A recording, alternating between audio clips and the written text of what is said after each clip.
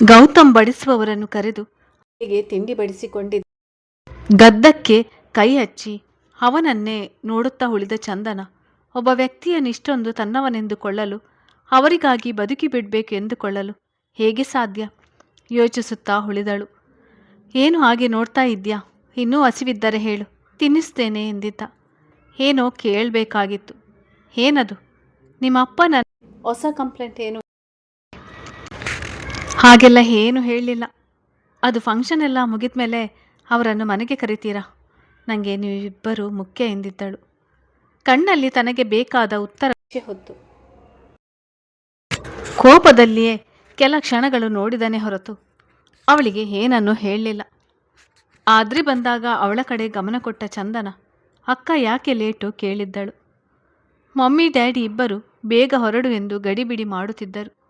ಹಾಗಾಗಿ ನೀವು ಹೋಗಿ ಆಮೇಲೆ ಬರ್ತೇನೆ ಅಂದೆ ಎಂದಿದ್ದಳು ಅಲ್ಲಿ ಕುಳಿತುಕೊಳ್ಳುತ್ತಾ. ಬಡಿಸುವವರು ಬಂದು ಅವಳಿಗೆ ಎಲೆ ಹಾಕಿ ಬಡಿಸಿದ್ದರು. ಆಗಲೇ ತಿಂಡಿ ತಿನ್ನದೆ ಪಾವನಿಗೆ ಸಹಾಯ ಮಾಡುತ್ತಿದ್ದ ಹೀರಾ ಕೂಡ ಬಂದು ಆದ್ರಿ ಪಕ್ಕ ಕುಳಿತಿದ್ದಳು. ಗೌತಮ್ ಚಂದನ ನಡುವಿನ ಹೊಂದಾಣಿಕೆ ಅನ್ಯೋನ್ಯತೆ ಅವಳಲ್ಲಿ ಅಚ್ಚರಿ ಮೂಡಿಸುತ್ತಿತ್ತು. ಗೌತಮ್ನನ್ನು ಆಫೀಸ್ನಲ್ಲಿ ನೋಡುತ್ತಿದ್ದವಳಿಗೆ ಅಂಥ ಮನುಷ್ಯನ ಜೊತೆಗೆ ಇಷ್ಟು ಮೃದು ಸ್ವಭಾವದ ಹುಡುಗಿ ಹೇಗೆ ಹೊಂದಿಕೊಂಡು ಹೋಗುತ್ತಿದ್ದಾಳೆ?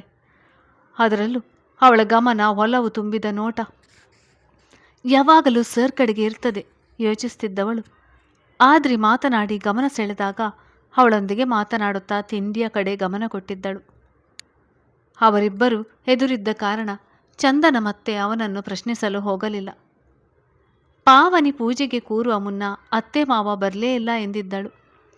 ರಮೇಶ್ ತಂದೆ ತಾಯಿ ತಮ್ಮ ಜೊತೆ ಮೊದಲೇ ತಿಳಿಸದೆ ನೆಂಟರನ್ನು ಕರೆಯುವಂತೆ ಕರೆಯುತ್ತಿದ್ದೀರಾ ಎಂದು ಕೂಗಾಡಿ ಬೈದದ್ದು ಹೇಳದೆ, ಚಿಕ್ಕಮ್ಮನಿಗೆ ಹುಷಾರಿಲ್ಲ, ಅಪ್ಪಾಜಿ ಅವರನ್ನು ನೋಡಿಕೊಳ್ಳುತ್ತಿದ್ದಾರೆ, ಹುಷಾರಾದ ಮೇಲೆ ಬರ್ತಾರಂತೆ ಬಿಡು ಎಂದಿದ್ದ. ಪಾವನಿಗೆ ತನ್ನ ಸಮಾಧಾನಕ್ಕಾಗಿ ಹೀಗೆ ಹೇಳುತ್ತಿದ್ದಾರೆ ಎನ್ನುವುದು ತಿಳಿದಿತ್ತು. ಗೌತಮ್ ಆದಿಯನ್ನು ಎತ್ತಿಕೊಂಡಿದ್ದವನು ನೆಲದಲ್ಲಿ ಕೂರಲು ಯೋಚಿಸುತ್ತಿದ್ದ ಅಜ್ಜಿಯ ನೋಡಿ ತಡೆದವನು, ಒಂದು ನಿಮಿಷ ಹೇಳಿ ಹೋಗಿ ಕುರ್ಚಿ ತಂದು ಹಾಕಿ ಕುಳಿತುಕೊಳ್ಳಿ, ನೆಲದಲ್ಲಿ ಕುಳಿತರೆ ಎದ್ದೇಳಲು ಕಷ್ಟವಾಗುತ್ತದೆ ಎಂದಿದ್ದ.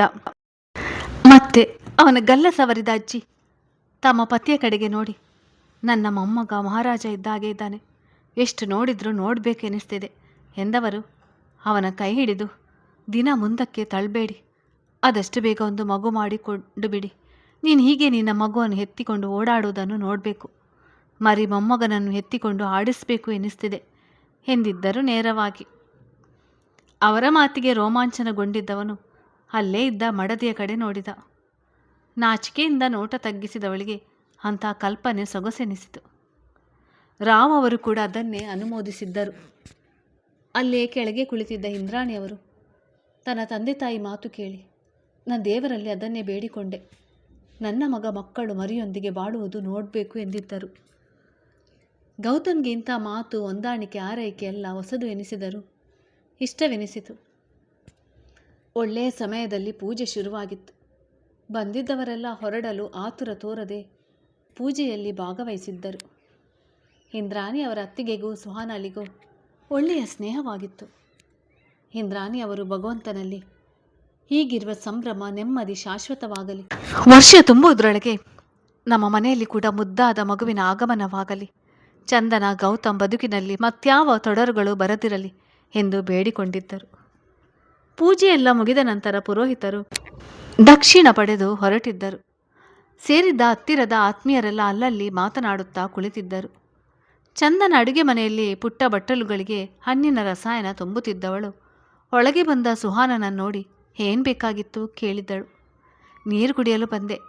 ಅದು ಸರಿ, ಗೌತಮ್ ನಿನ್ನನ್ನೇ ಮದುವೆಯಾಗಲು ಹೇಳುತ್ತಿದ್ದವಳ ಮಾತು ಗೌತಮ್ ಧ್ವನಿ ಕೇಳಿ ಅಷ್ಟಕ್ಕೆ ತಡೆದಿತ್ತು. ಸುಹಾನ ಹೋದ ಕಡೆ ನೋಡಿದವನು ಅಲ್ಲಿ ತನ್ನ ಮಡದಿ ಇದ್ದಾಳೆ ಎಂದು ತಿಳಿಯುತ್ತಲೇ ಅವಳು ಮಾನಸಿಕವಾಗಿ ಕುಗ್ಗುವಂಥ ಮಾತುಗಳನ್ನು ಹೇಳಿ ಸಂಬಂಧದಲ್ಲಿ ಬಿರುಕು ಮೂಡಿಸಿದರೆ ಕಷ್ಟ ಎಂದುಕೊಂಡವನು ಅವಳ ಹಿಂದೆ ಬಂದಿದ್ದ. ಅವರತ್ತ ನೋಡಿದವಳಿಗೆ, ಹೇಳಿ ಮಿಸ್ಸಸ್ ನಾಯರ್, ನನ್ನ ಹೆಂಡತಿಗೆ ಏನೋ ಧರ್ಮ ಉಪದೇಶ ಮಾಡಲು ಬಂದಿದ್ದೀರಾ, ನಾನು ತಿಳಿದುಕೊಳ್ಳುತ್ತೇನೆ ಎಂದಿದ್ದ. ಸುಹಾನ ಇಂಥ ಕ್ಷಣ ನಿರೀಕ್ಷಿಸಿರಲಿಲ್ಲ. ಅವನ ಕೋಪ ತಿಳಿದಿದ್ದವಳು ಯಾಕಾದರೂ ಬಂದೆನೋ ಎಂದುಕೊಂಡರು. ಅದು ಗೌತಮ್ ನಿಮ್ಮನ್ನು ಮದುವೆಯಾಗಲು ಅದೃಷ್ಟ ಮಾಡಿದ್ದಾರೆ ಎಂದು ಹೇಳಲು ಹೋಗಿತ್ತು. ನಿಮ್ಮ ಹೆಂಡತಿ ತುಂಬ ಬ್ಯೂಟಿಫುಲ್ ಆಗಿದ್ದಾರೆ, ಹಾಗಾಗಿ ಎಂದಿದ್ದಳು. ನನ್ನ ಮಡದಿ ಚೆಲುವಿನ ಪುತ್ತಲಿ ಎಂದು ನನಗೆ ಗೊತ್ತು. ನಿಮ್ಮಿಂದ ಕಾಂಪ್ಲಿಮೆಂಟ್ಸ್ ನಿರೀಕ್ಷೆ ಇರಲಿಲ್ಲ. ನಾಟಕೀಯವಾಗಿ ಕಣ್ಣಲ್ಲಿ ರೋಷ ತುಂಬಿಕೊಂಡು ಹೇಳಿದ. ಎಕ್ಸ್ಕ್ಯೂಸ್ ಮೀ ಹೇಳಿ ಅಲ್ಲಿಂದ ಹೊರಗೆ ನಡೆದಿದ್ದಳು. ಮಾತಿಗೆ ಮಾತು ಬೆಳೆದು ಗೌತಮ್ ಮತ್ತೆ ಆ ಆಡಿಯೋ ಇಟ್ಟುಕೊಂಡು ಬೆದರಿಸಿದರೆ ಕಷ್ಟ ಎನಿಸಿದಾಗ ಚಂದನ ಮುಖ ಹೂವಿನಂತೆ ಹರಳಿತು.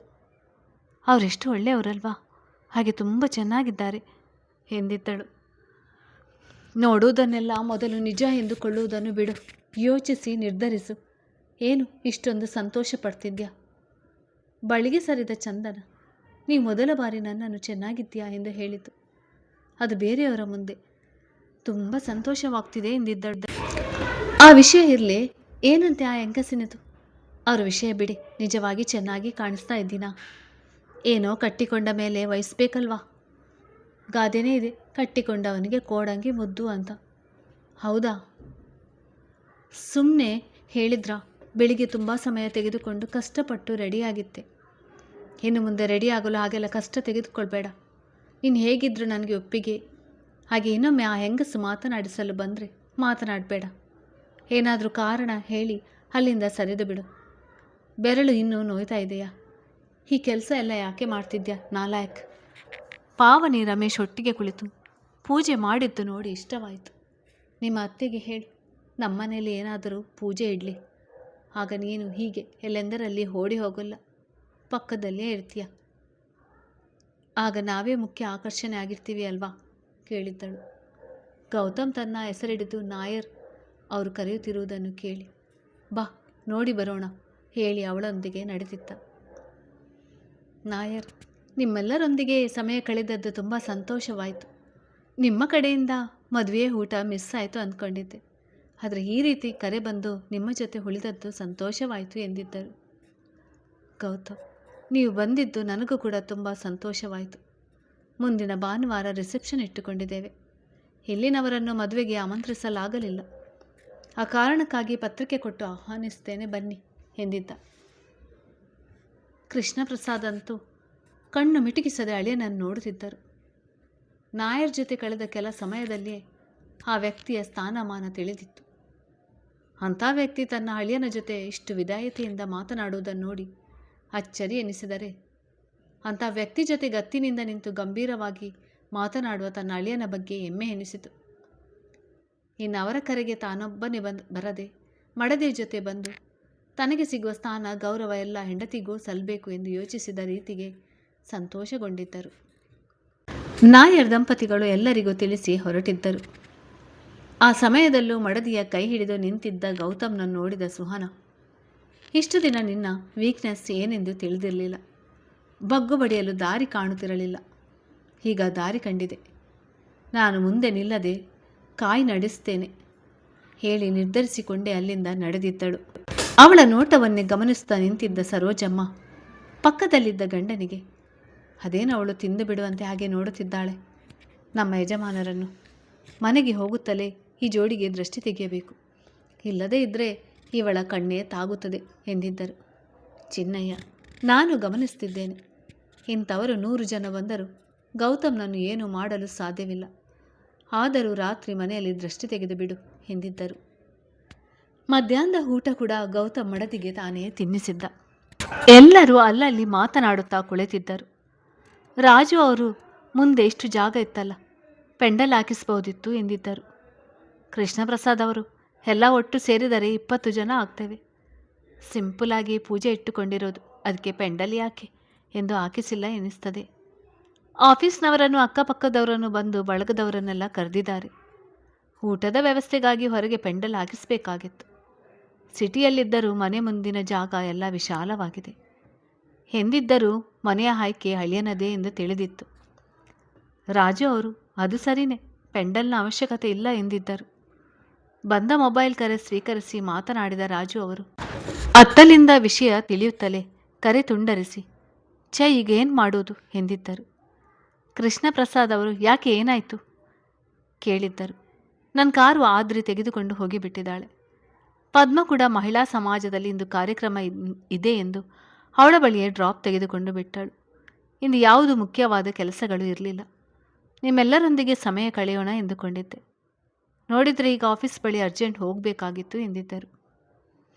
ಕೃಷ್ಣಪ್ರಸಾದ್, ಪರವಾಗಿಲ್ಲ, ನನ್ನ ಕಾರು ಇದೆಯಲ್ಲ, ತೆಗೆದುಕೊಂಡು ಹೋಗಿ ಹೇಳಿ ಕಾರಿನ ಕೀ ಅವರಿಗೆ ಕೊಟ್ಟಿದ್ದರು. ಕೆಲಸ ಮುಗಿಸಿಕೊಂಡು ಆದಷ್ಟು ಬೇಗ ಬರ್ತೀನಿ, ಆತುರದಲ್ಲಿದ್ದ ರಾಜು ಅವರ ಬಳಿ ಹೇಳಿ ನಡೆದಿದ್ದರು. ಮಧ್ಯಾಹ್ನ 2ರ ಸಮಯಕ್ಕೆ ಬಂದ ನೆಂಟರಿಷ್ಟರೆಲ್ಲ ಹೋಗಿ ಆಗಿತ್ತು. ಮಹೇಂದ್ರ ಅವರು ಬಂದ ಗೆಳೆಯರ ಜೊತೆ ಮಾತನಾಡುತ್ತಾ ಸ್ವಲ್ಪ ಮಠದ ಕಡೆ ಕೆಲಸ ಇದೆ ಎಂದು ಹೇಳಿ ನಡೆದಿದ್ದರು. 3ರ ಸಮಯಕ್ಕೆ ಹೊರಟು ನಿಂತ ಗೌತಮ್ ಅಲ್ಲೇ ಇದ್ದ ಚಿನ್ನಯ್ಯ ದಂಪತಿಗಳಿಗೆ, ಮಕ್ಕಳನ್ನು ಕಟ್ಟಿಕೊಂಡು ಪಾವನಿಗೆ ಇಲ್ಲಿ ಕೆಲಸ ಮಾಡಿಕೊಳ್ಳಲು ಕಷ್ಟವಾಗ್ತದೆ, ಇಲ್ಲೇ ಇದ್ದು ಸ್ವಲ್ಪ ಎಲ್ಲ ಸರಿಪಡಿಸಿ ಕೊಟ್ಟು ಬನ್ನಿ ಹೇಳಿದವನು ಬಳಿ ಬಂದವಳ ತಲೆ ನೆವರಿಸಿ, ಇನ್ನೇನು ಇಲ್ಲೇ ಇರ್ತೀವಲ್ಲ, ಯಾವುದಕ್ಕೂ ಯೋಚಿಸಬೇಡ, ನಿಧಾನವಾಗಿ ಆ ಮನೆಯಿಂದ ವಸ್ತುಗಳನ್ನು ತಂದಿಟ್ಟುಕೊಂಡರೆ ಆಯಿತು, ಸಂಜೆ ಸೈಟ್ ಬಳಿ ಹೋಗಬೇಕು, ಎಲ್ಲರನ್ನೂ ಮನೆಯಲ್ಲಿ ಬಿಟ್ಟು ಹೋಗ್ತೇನೆ ಎಂದಿದ್ದ. ಚಂದನ ಕೂಡ ಹೋಗಿ ಬರುವುದಾಗಿ ತಿಳಿಸಿ ತಂದೆ ತಾಯಿ ಕಡೆಗೆ ನೋಡಿದ್ದಳು. ಕೃಷ್ಣಪ್ರಸಾದ್ ಅವರು ಕಾರು ರಾಜು ತೆಗೆದುಕೊಂಡು ಹೋಗಿದ್ದಾನೆ ಎಂದಿದ್ದರು. ಮಡದಿಯ ಕಡೆಗೆ ನೋಡುತ್ತಾ, ಚಂದನ, ನಮ್ಮ ಕಾರಿನಲ್ಲೇ ಮನೆಗೆ ಹೋಗೋಣ ಬನ್ನಿ ಅಪ್ಪಾಜಿ ಎಂದವಳು ಗಂಡನ ಕಡೆಗೆ ಒಮ್ಮೆ ನೋಡಿದಳು. ಗೌತಮ್ ಅತ್ತೆಯ ಕಡೆ ನೋಡುತ್ತಾ ಬನ್ನಿ ಎಂದವನು ಹೊರಗೆ ನಡೆದಿದ್ದ. ರಮೇಶ್ ಪಾವನಿ ಮಕ್ಕಳ ಜೊತೆ ಹೊರಗೆ ಬಂದು ನಿಂತಿದ್ದರು. ಇಂದ್ರಾಣಿ ಅವರು ಪಾವನಿಗೆ ಮರುದಿನ ಬರುವುದಾಗಿ ಹೇಳಿ ಚಂದನ ಜೊತೆ ನಡೆದಿದ್ದರು. ಗೌತಮ್ ಕಾರಿನ ಮುಂಬಾಗಿಲು ತೆರೆದು ಮೊಬೈಲ್ನಲ್ಲಿ ಮಾತನಾಡುತ್ತಾ ನಿಂತ.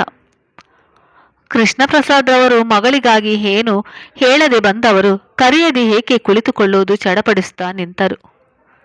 ಕಾರಿನ ಬಳಿಗೆ ತಾಯಿ ಹಾಗೂ ಅತ್ತೆ ಜೊತೆಗೆ ಬಂದಿದ್ದ ಚಂದನ ಗೌತಮ್ ಕಡೆ ದೀರ್ಘವಾಗಿ ನೋಡಿದ್ದಳು. ಕುಳಿತುಕೊಳ್ಳಿ ಹೇಳಿದವನು ಕಾರಿನ ಇನ್ನೊಂದು ಬದಿಯ ಕಡೆಗೆ ನಡೆದಿದ್ದ. ಹೇಳಿದ್ದು ತಮಗೆ ಎಂದು ತಿಳಿದಿತ್ತು, ಆದರೂ ಅವನು ಮಾವ ಎಂದು ಒಮ್ಮೆಯೂ ಕರೆಯದೇ ಇದ್ದದ್ದು ನೆನಪಾಗಿ ಮುಖ ಬೆಗಿದಿದ್ದರು. ಹೆಂಡತಿ ಮಗಳ ಕಡೆ ನೋಡಿ ಅತ್ತಿ ಕುಳಿತಿದ್ದರು.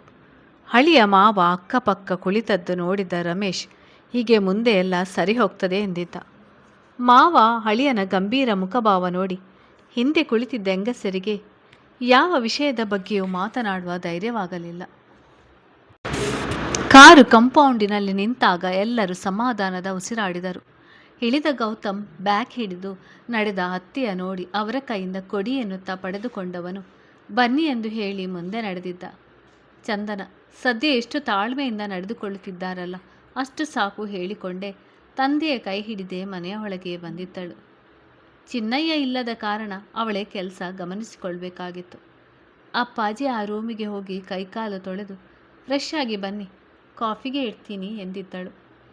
ನನ್ನ ಮಗಳು ಒಂದು ಮನೆಯ ಯಜಮಾನಿಯಾಗಿ ನಡೆದುಕೊಳ್ಳುತ್ತಿರುವುದನ್ನು ನೋಡಿ ಅವರಿಗೆ ಮನಸ್ಸು ತುಂಬಿ ಬಂದಿತ್ತು. ಅವಳು ತೋರಿದ ರೂಮಿನ ಕಡೆ ನಡೆದಿದ್ದರು.